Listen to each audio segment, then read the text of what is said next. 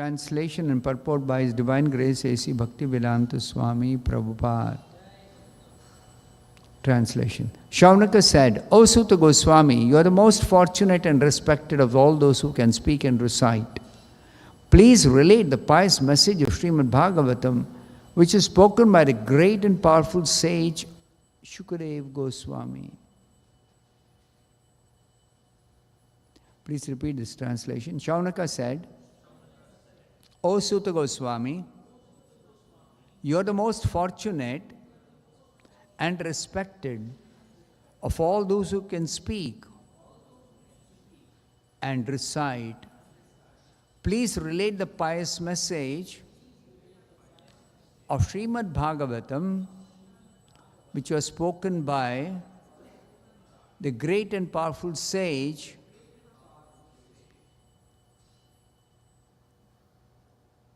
Shukadeva Goswami. Purport by Srila Prabhupada. Sutta Goswami is twice addressed herein by Shaunaka Goswami out of great joy, because he and the members of the assembly were eager to hear the text of Bhagavatam uttered by Shukadeva Goswami. They were not interested in hearing it from a bogus person who would interpret it in his own way to suit his own purpose. Generally, the so-called Bhagavatam reciters are either professional readers or so-called learned impersonalists who cannot enter into the transcendental personal activities of the Supreme Person. Such impersonalists twist some meanings out of Bhagavatam to suit and support impersonalist views. And the professional readers at once go to the 10th canto to misexplain the most confidential part of the Lord's pastimes. Neither of these reciters are bona fide persons to recite Srimad Bhagavatam. Only one who is prepared to present Bhagavatam in the light of Shukadeva Goswami, and only those who are prepared to hear Shukadeva Goswami and his representative are bona fide participants in the transcendental discussion of Srimad Bhagavatam. Thus ends the Bhaktivedanta Prabhupada. Om Jnana Timirandasya Jnananjana Shalakaya Chakshurunmilitam Yena Tasmai Shri Gurave Namaha Nama Om Vishnupadaya Krishna Preshtaya Bhutale Srimate Bhaktivedanta Swami Niti Namine Namaste Saraswate Deve Gauravani Pracharine Nirvishesha Shunyavadi Paschatya Jaya Shri Krishna Chaitanya Prabhu Shri Advaita Gadadhara Shri Vasadi Gaura Bhakta Vrinda Hare Krishna Krishna Hare Rama Rama Rama Hare Hare.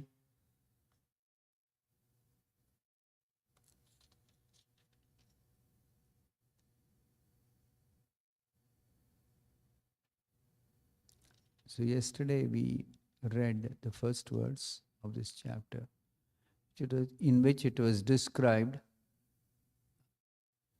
Shaunaka Muni, his qualification to congratulate the great Sutta Goswami, and he began to speak.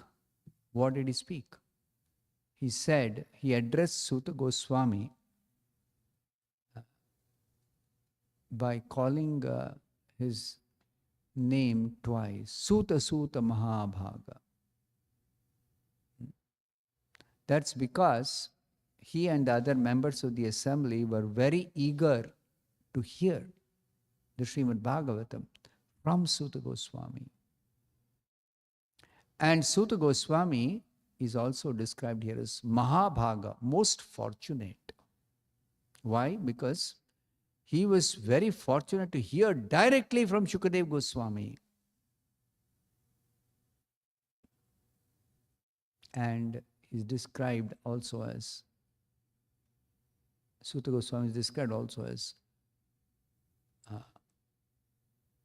Vadatamvara, most respected among those who can speak and recite.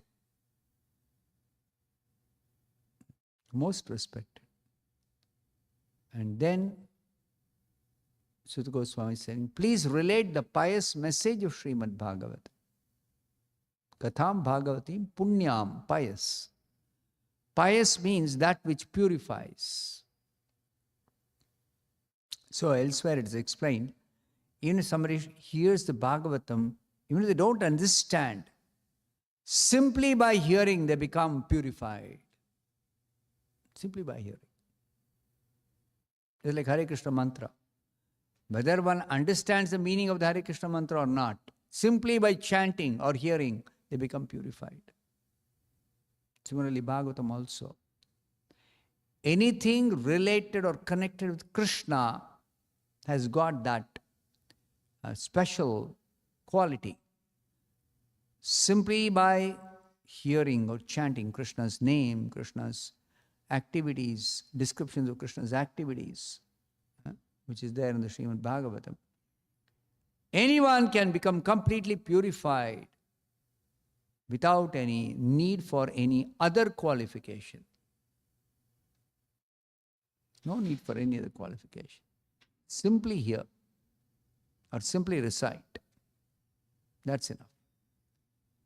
So, Sutta Goswami has heard from Shukadeva Goswami. What is he going to do now? He's simply going to recite.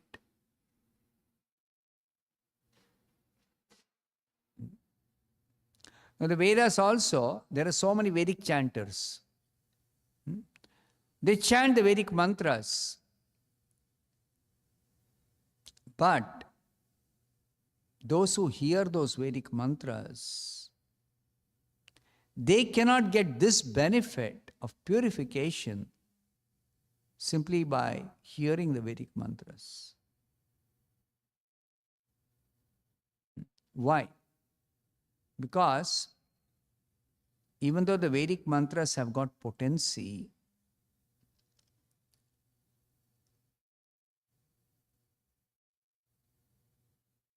they are not directly connected to the personality of Godhead Krishna.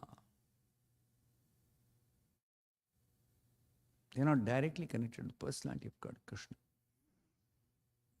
So this is the difference between the Vedas and the Bhagavad Gita, Bhagavatam.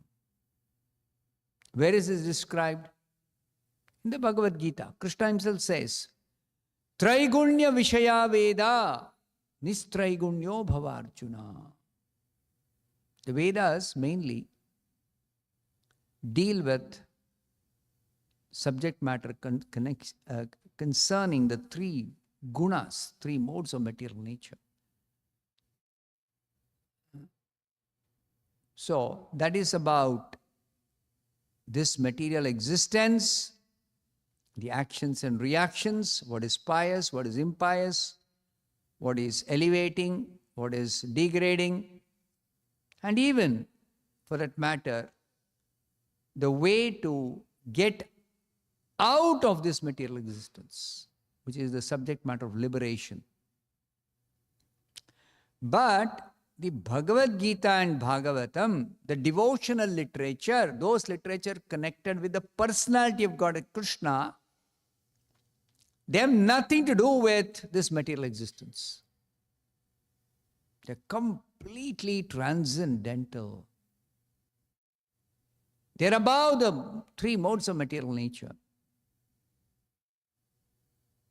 They're above the three modes of material nature. Therefore, they have got a particular type of spiritual potency which is not there in the Vedas. It is not there in the other Vedic literature.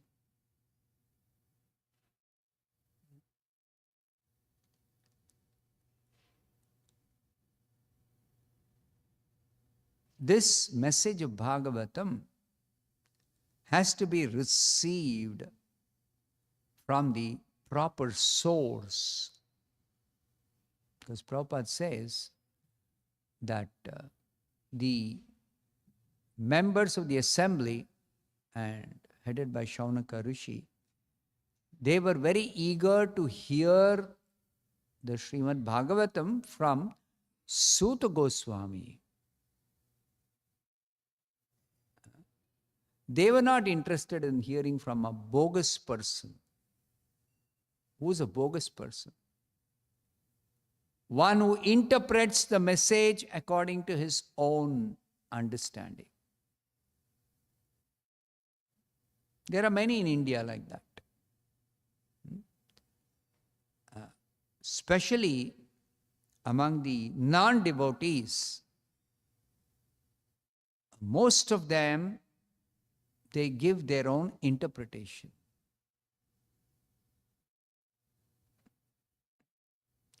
And as a result, the message is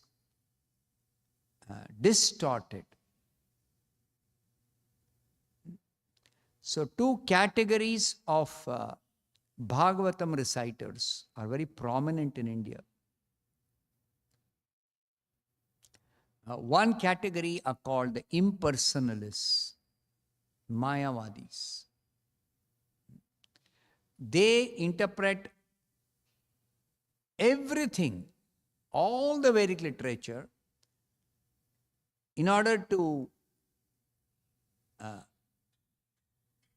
establish their theory that ultimately absolute truth is impersonal.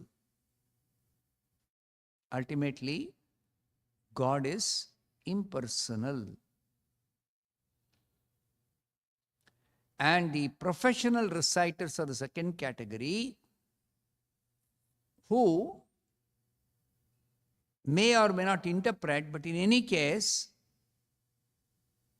they directly go to the 10th canto. They don't bother to discuss or recite the first canto, second canto, third canto, fourth canto, fifth canto, sixth canto, seventh canto, ninth canto, eighth canto, ninth canto. No. They're only interested in the 10th canto. And 10th canto also, 10th canto is 90 chapters describing Krishna Leela, but that part of Krishna Leela they are interested, which deals with rasa dance. The most confidential portion, they directly go to that.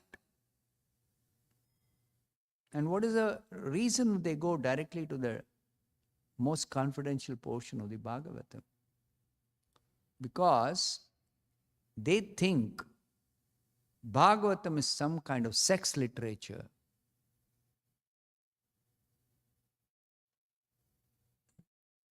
Whereas, if you hear the Srimad Bhagavatam from either Shukadeva Goswami or Suta Goswami or the representative, true representative of Shukadeva Goswami, all the acharyas in our parampara, nobody describes Bhagavatam, including the rasa dance portion, as some sex literature. Nobody describes.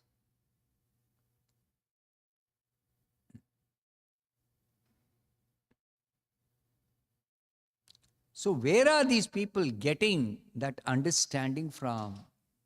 These professional reciters. Because they themselves have not received the message from a proper source. They have not received the message from proper source. So, they miss out the real spiritual benefit of hearing or speaking or studying or reading or reciting the Bhagavatam. And it is also offense to describe Bhagavatam in some other way other than the way it is explained by the acharyas, by Shukadeva Goswami, by Vyasadeva, by Narada, by Brahma. All the acharyas, they describe Bhagavatam in one way. And those not following this parampara system, they describe in another way, either impersonal way or professional way. And mostly they want to entertain their audience. Bhagavad Saptaha. They imitate Parikshit Maharaj hearing Shukadeva Goswami for 7 days and nights. Now, Parikshit had only 7 days time. That's why he sat and heard 7 days. But these sages of Naimisharanya, they are sitting prepared to perform a sacrifice for 1,000 years. So they are sitting and hearing 1,000 years. And the Bhagavatam itself, Sutta Goswami says, Nityam Bhagavata Sevaya. Regularly, daily, constantly, always engage in hearing Bhagavatam, speaking Bhagavatam, reciting Bhagavatam, studying Bhagavatam. Why? Because Bhagavatam is a special literature. It's not like the other literature. The other Vedic literature, one may be interested or one need to study that simply to understand this material existence as a place of entanglement, and the goal of the Vedic presentation is to help us get out of this entanglement. So after people study the Vedas and they understand that this material world is entangling, and they actually get out of the entanglement, then they have no interest in hearing anymore the Vedic literature or describing the Vedic literature.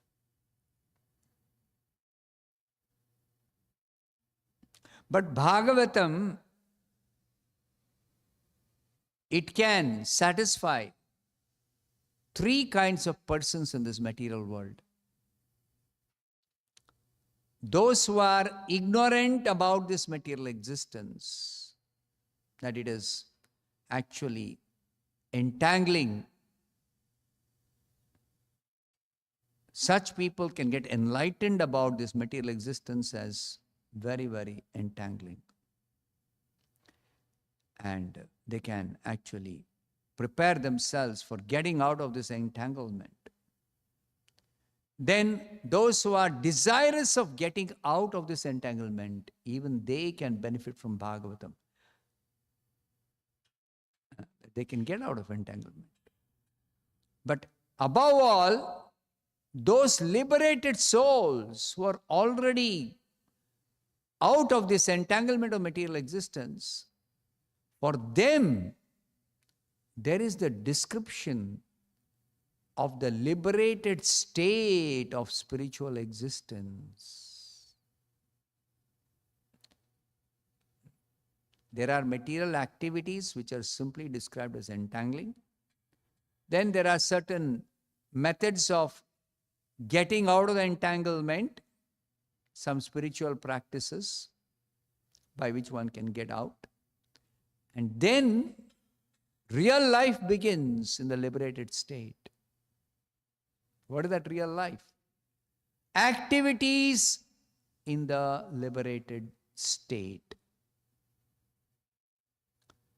So as far as the materialists are concerned, they are busy with sense gratification, so they don't bother about any other kind of activity. The impersonalists, they are very eager to get out of this material existence. They want liberation. But they have no information about the activities in the liberated state. Because their theory is, ultimately, after liberation, one merges into impersonal Brahman, and then all activities stop. All activities stop. Yes, material activities stop after one becomes liberated. That's correct.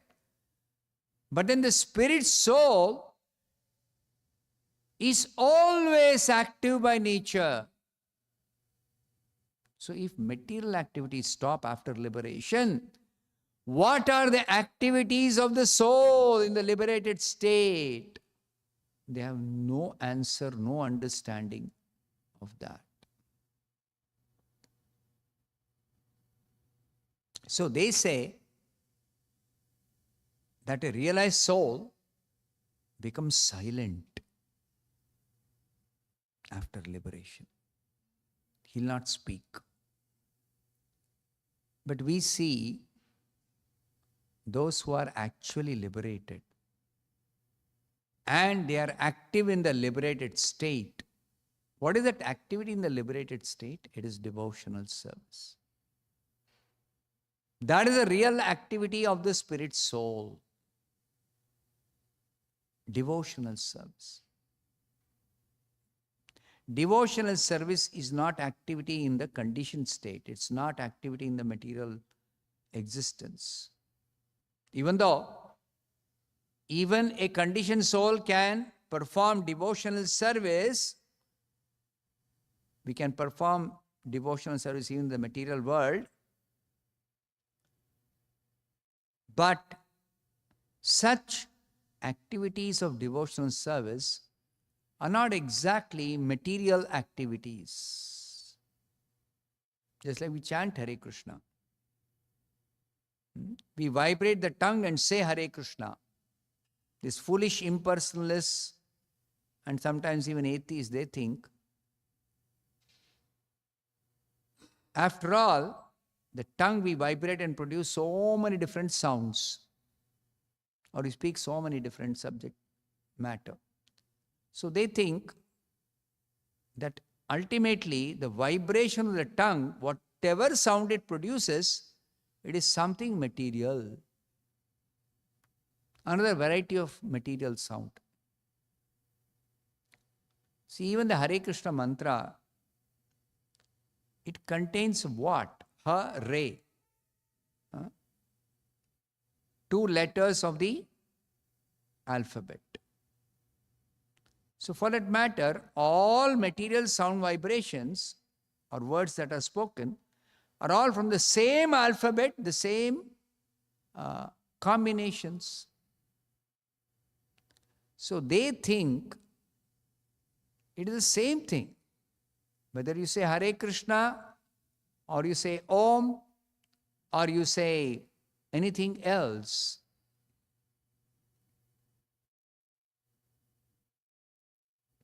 But what they are not aware is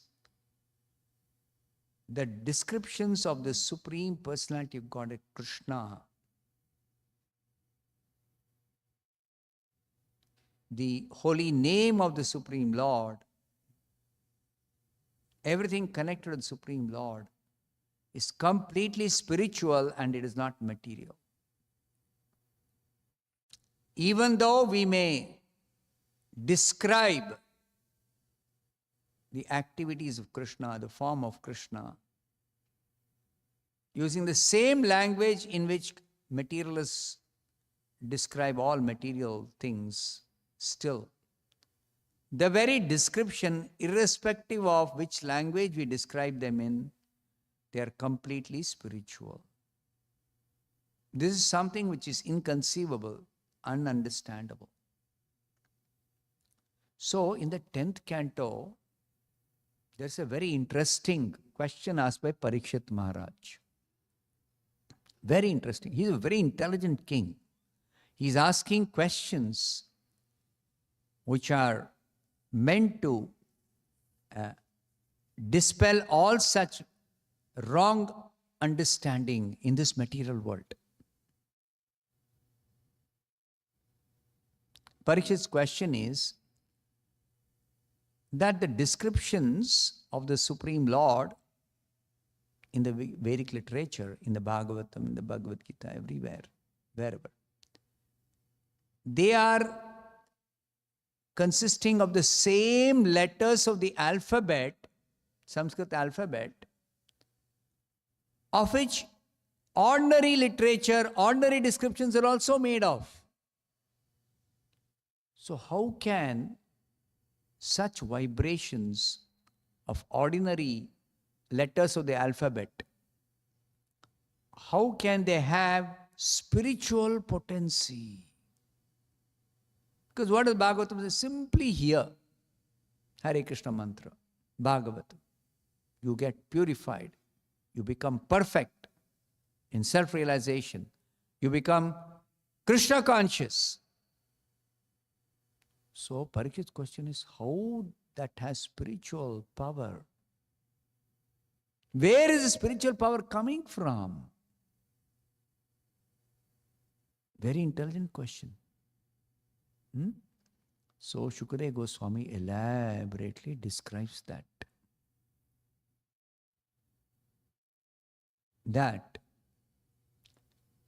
when somebody describes the Supreme Lord, the Supreme Personality of Godhead, or chants His name, in such descriptions or chanting, it is the Supreme Lord who is present everywhere, in the spiritual world, in the material world, in the heart of every living entity, in every material atom, in every phenomena of the material world. He is present. He infuses different kinds of powers in different kinds of vibrations. He infuses the power. Just like scientists have now discovered, in sound vibration there is power. What is that? Ultrasound, techniques of drilling into rock. Rock is so hard. With the power of one particular vibration of the sound, one frequency of vibration, you can drill into that. Ultrasonic drilling. So one day scientists will discover that the vibration of Hare Krishna mantra, it has a special kind of power, spiritual power. Got spiritual power. So, it is Krishna who infuses spiritual power when we say Hare Krishna. It is Krishna who infuses material power when somebody uses that ultrasonic vibration. They produce ultrasonic vibration of the particular frequency. They can use it for some drilling or whatever. It is Krishna who infuses even the meaning into whatever we are speaking. After all, what we speak is simply a combination of the sounds of different letters, no? Combined. Hare Krishna. Or even ordinarily we speak, my name is something. So my, M-Y. So how does it become meaningful? My means I am referring to me. Name means my name. Meaningful, N-A-M-E. By itself, N-A-M-E, it has no meaning. It has no meaning. But the combination, it has got meaning. So where is this meaning coming from? It is coming from Krishna. So, specific meaning for specific combinations of letters. Not any combination has got meaning, no? If you simply say A, B, C, D, E, what meaning is there? There's no meaning in that. Right? So, Krishna infuses meaning to all our words of communication.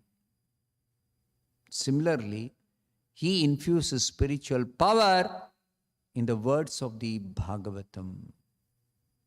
He infuses spiritual power in His holy name. So anybody utters the holy name, the power is there. The spiritual potency is there. Now the difference between material power and spiritual power is, material power is just some energy. Just some energy. Spiritual power or spiritual potency or spiritual vibration, of course it is energy, but it's a different type of energy called spiritual energy. And what is a spiritual energy? Spiritual energy is identical with Krishna. It is the person Krishna. Therefore, it is said in the scriptures, Krishna is absolute. There is no difference between Krishna's name, Krishna's form, Krishna's activities, Krishna's energy in the spiritual world, the spiritual energy, the spiritual potency. There is no difference at all. There's no difference. So where there is spiritual energy, Krishna is there. Where Krishna is there, there is spiritual energy. You can't separate the two.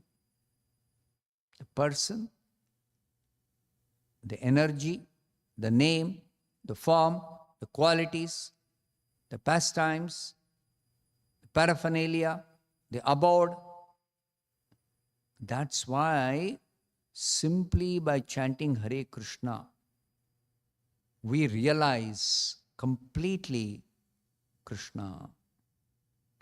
Complete realization means realize his form, his name, his qualities, his activities, his abode, his devotees, his paraphernalia, his pastimes, everything, simply by chanting Hare Krishna. And what is the proof for this?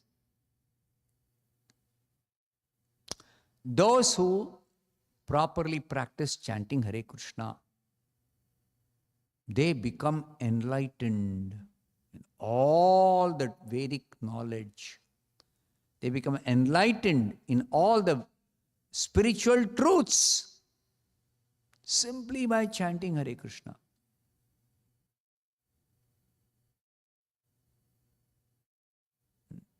So therefore, one has to understand the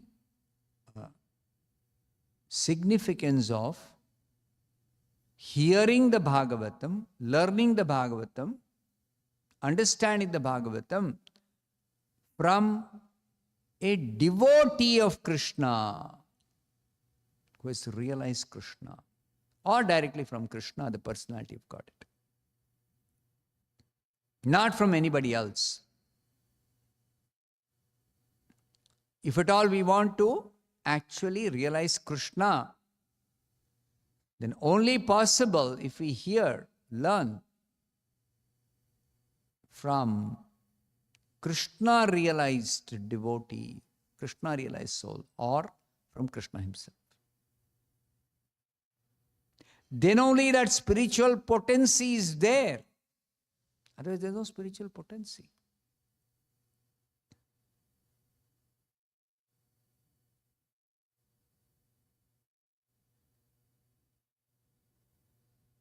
There are so many examples Prabhupada gives to understand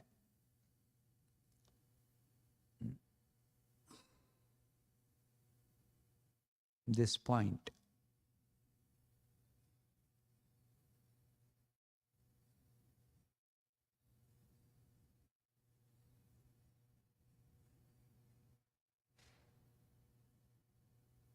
When a qualified Brahmana chants a Vedic mantra, then the effect of the chanting the mantra, the particular effect is there only if chanted by a qualified Brahmana. Just like formerly, there were something called mantra weapons. Mantra weapons. What are mantra weapons? Simply by chanting the mantra, it is a weapon that is released, and it is going to go and hit the target and destroy. Just like Ashwatthama released one Brahmastra to kill the child in the womb of Uttara. Parikshit was in the womb of his mother. So he released the Brahmastra. What is releasing? He just chanted that mantra, that's all. He did. But because he has learnt it from the proper source, and he has got the qualification to chant, therefore it has got the power.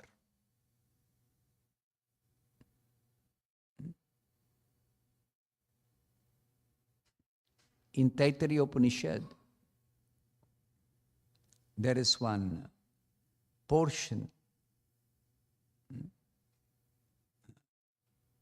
I was learning this Taittiriya Upanishad before I came into Krishna consciousness from one priest in one temple. So that priest told me that one particular portion of that Taittiriya Upanishad, one mantra, it has got the power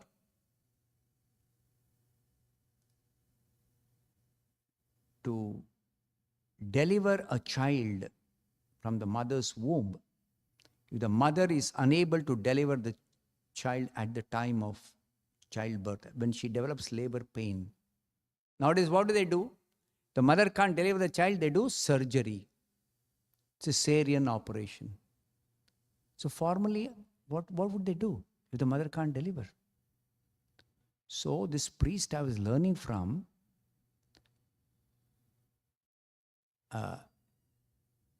he told me that in the village, in former days, when there were no hospitals and nursing homes and all that, he himself has done this.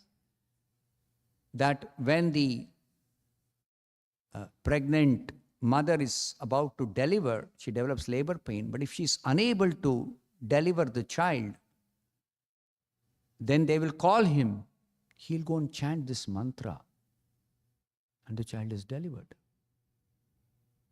And when we go in public and chant this, when there is a Ratha Yatra, there will be Vedic Brahmanas who will be chanting this Vedic mantra. So when we chant this Taittiriya Upanishad, I used to go with him, because after learning Taittiriya Upanishad, we used to go for the Ratha Yatra. So when we chant the Taittiriya Upanishad, this mantra alone will not chant loudly. Why? If some qualified Brahmana chants, if there's a pregnant cow or a pregnant woman, they will deliver prematurely.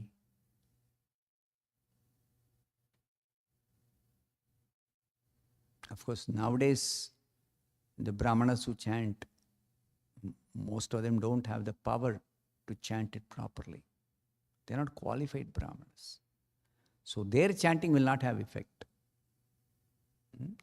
But this is an example that a qualified person, if he chants,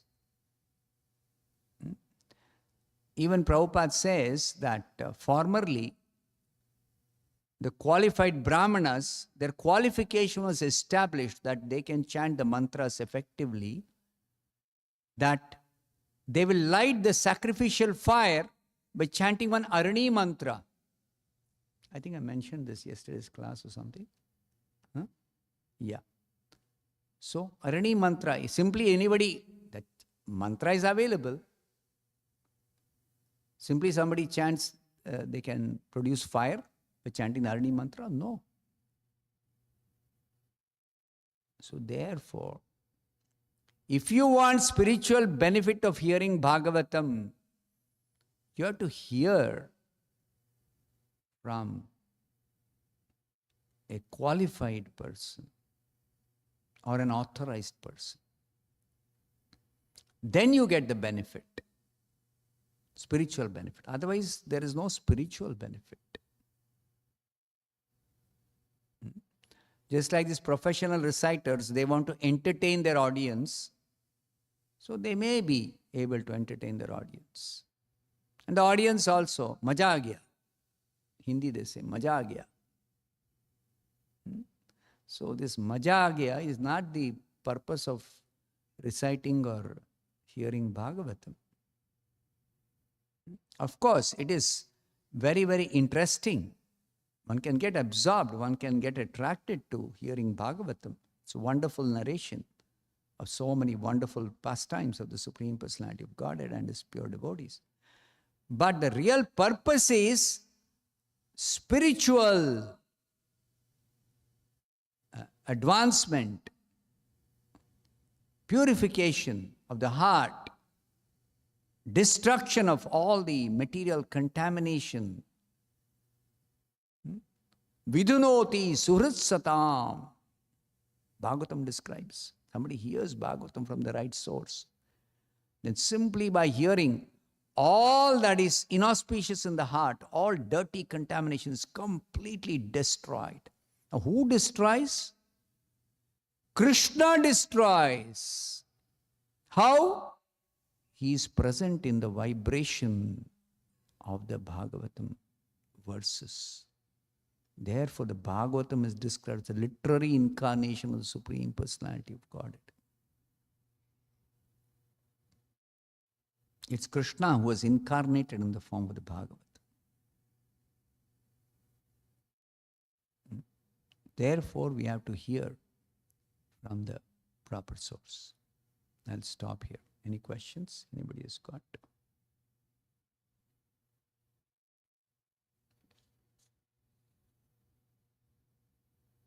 जंतराज Shrimad Bhagavatam की जय, श्रील प्रभुपाद की जय।